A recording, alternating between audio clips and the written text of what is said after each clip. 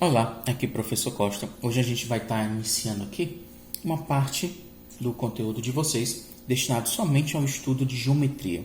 Então vamos começar realmente do início, falando sobre os conceitos primitivos da geometria, ou ainda os entes primitivos. O que são os entes primitivos? São aqueles conceitos geométricos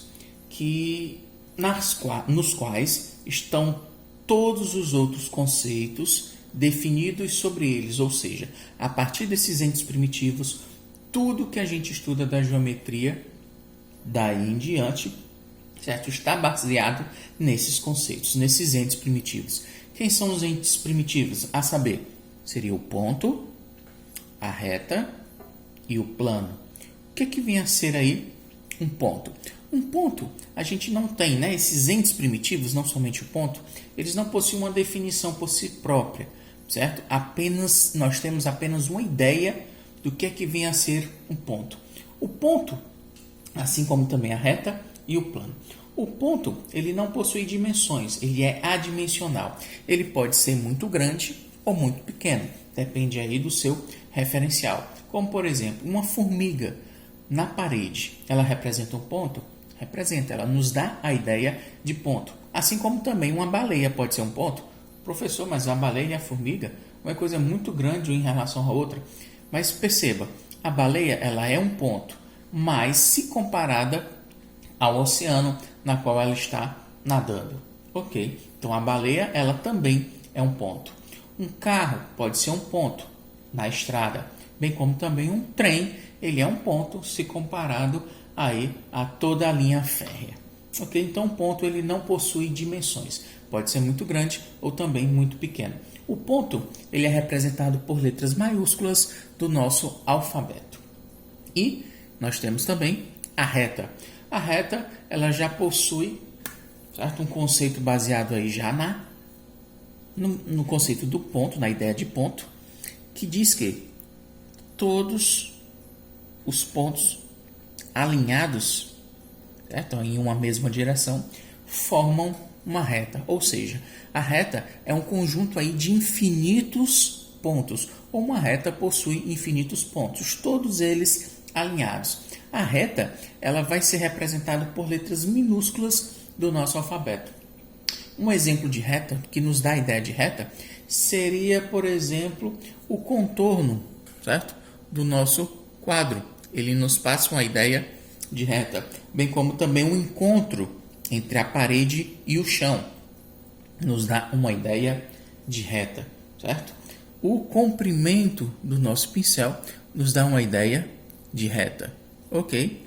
E por último, aí não menos importante, os planos. Os planos são representados por letras minúsculas do alfabeto grego, a saber, alfa, beta, gama, teta, pi, sigma, lambda, enfim, todas as letras do alfabeto grego.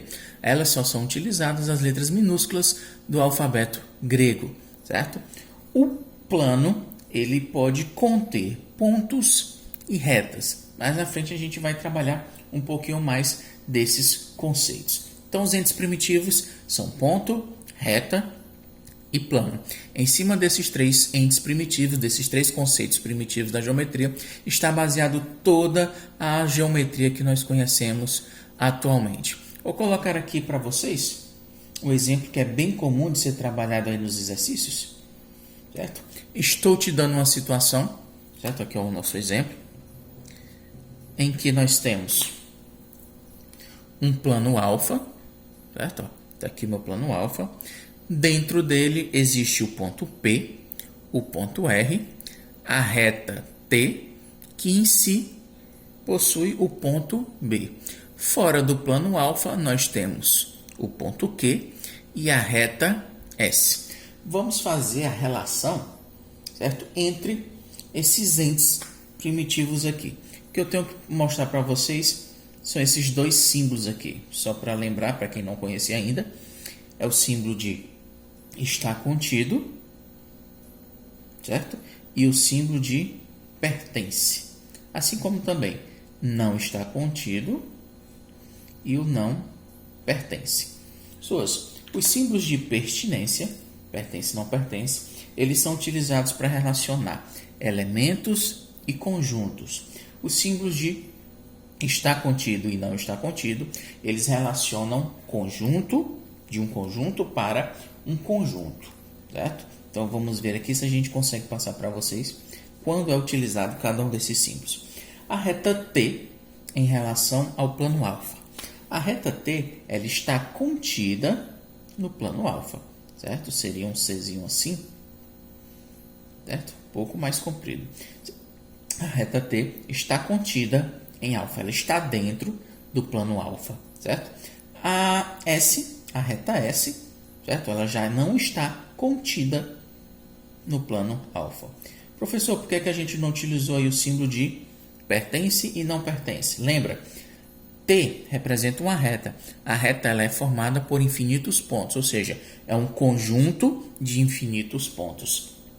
Bem como também a reta S. A reta S também ela é formada por infinitos pontos, ou seja, um conjunto de infinitos pontos. Por isso eu utilizo está contido e não está contido, porque eu estou relacionando um conjunto e um outro conjunto, certo? Estou relacionando dois conjuntos.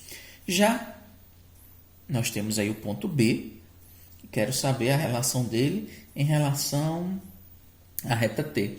O ponto B, ele pertence à reta T, certo? O ponto B, já que estou relacionando a um elemento em relação a um conjunto, vou utilizar o símbolo de pertence. Então, a reta B, ela pertence ao ponto T. Já o ponto P, certo? Está aqui no plano alfa, mas ele está fora da reta. Em relação a essa reta T, ele não pertence a essa reta T. Ok. R seria esse outro pontinho aqui em relação a alfa. R é um ponto ou é um conjunto? Um ponto, portanto, ele representa um elemento. Em relação a alfa, ele está contido, ou melhor, ele pertence em alfa. Por que não seria o símbolo estar contido? Porque R é apenas um único elemento. Ele não representa um conjunto. Já alfa representa um conjunto. Portanto, R pertence a alfa. E Q, ponto Q, está fora de alfa. Em relação a alfa, é o não está contido? Não, é o não pertence. Ele está dentro do conjunto, mas não pertence a alfa, certo? Ele está dentro da nossa situação, mas fora do plano alfa. Portanto, ele não pertence a alfa. Não utilizo o símbolo de não estar contido, porque ele não representa um conjunto, e sim um elemento. Ok? S em relação a alfa, S é essa reta, certo? Ela está fora do plano alfa, portanto, estou relacionando conjunto e um conjunto. O conjunto alfa, né? Tá tudo que está dentro do plano alfa. E S seria um conjunto de infinitos pontos. Como eu estou relacionando um conjunto em relação a um outro conjunto, vou utilizar os símbolos de continência.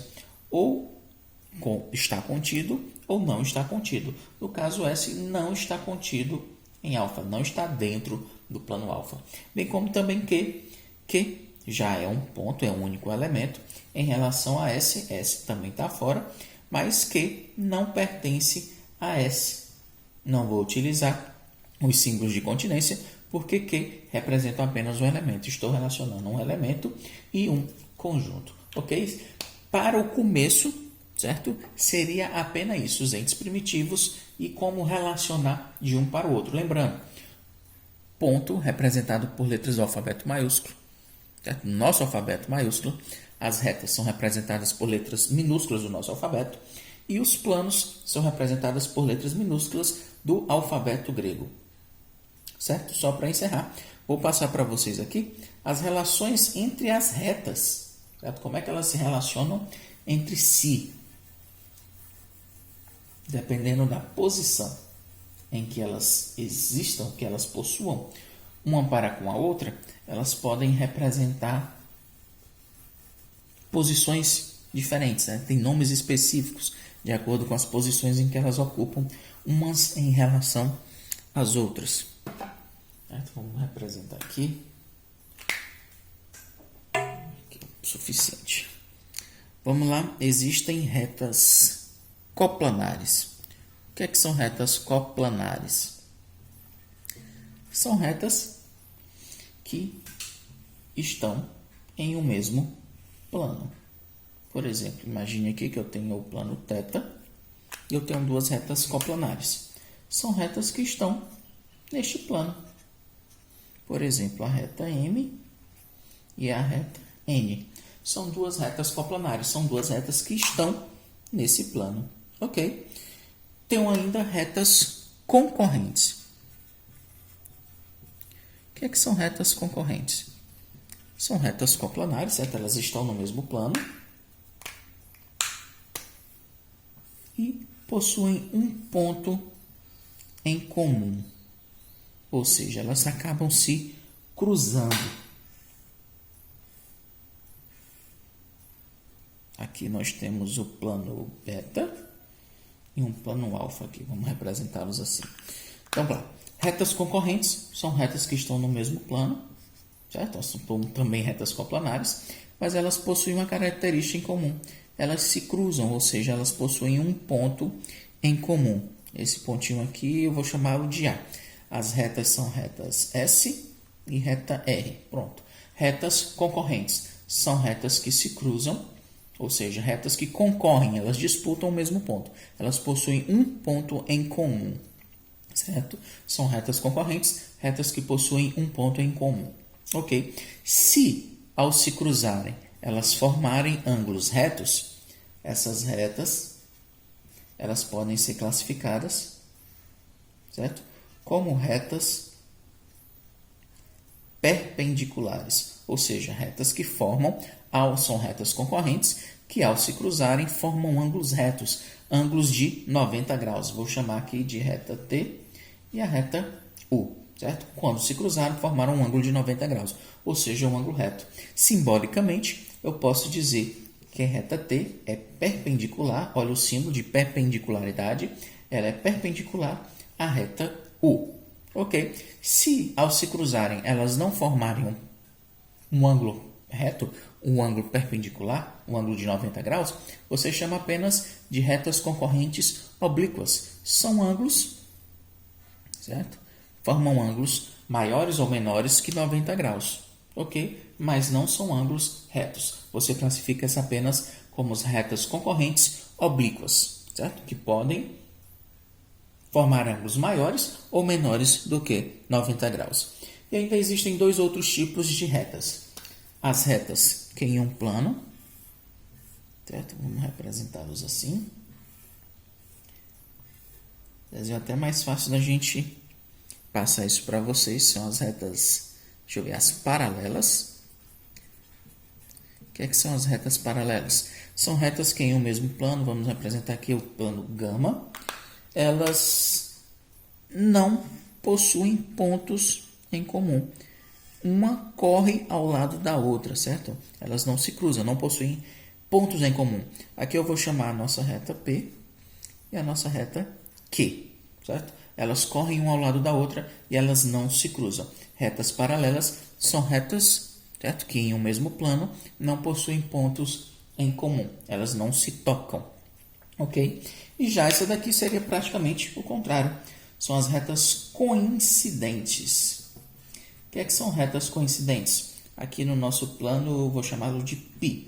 No nosso plano π, retas coincidentes são retas que todos os pontos de uma, na reta U, também pertencem a outra reta. Vou utilizar aqui uma outra caneta. Pronto. Todos os pontos de uma também pertencem a outra. Como, por exemplo, aqui, ó, nós temos a reta U, certo? Essa reta U, ela possui todos os pontos em comum com a reta V. É como se fosse uma reta sobre a outra. Elas ocupam o mesmo lugar, a mesma região.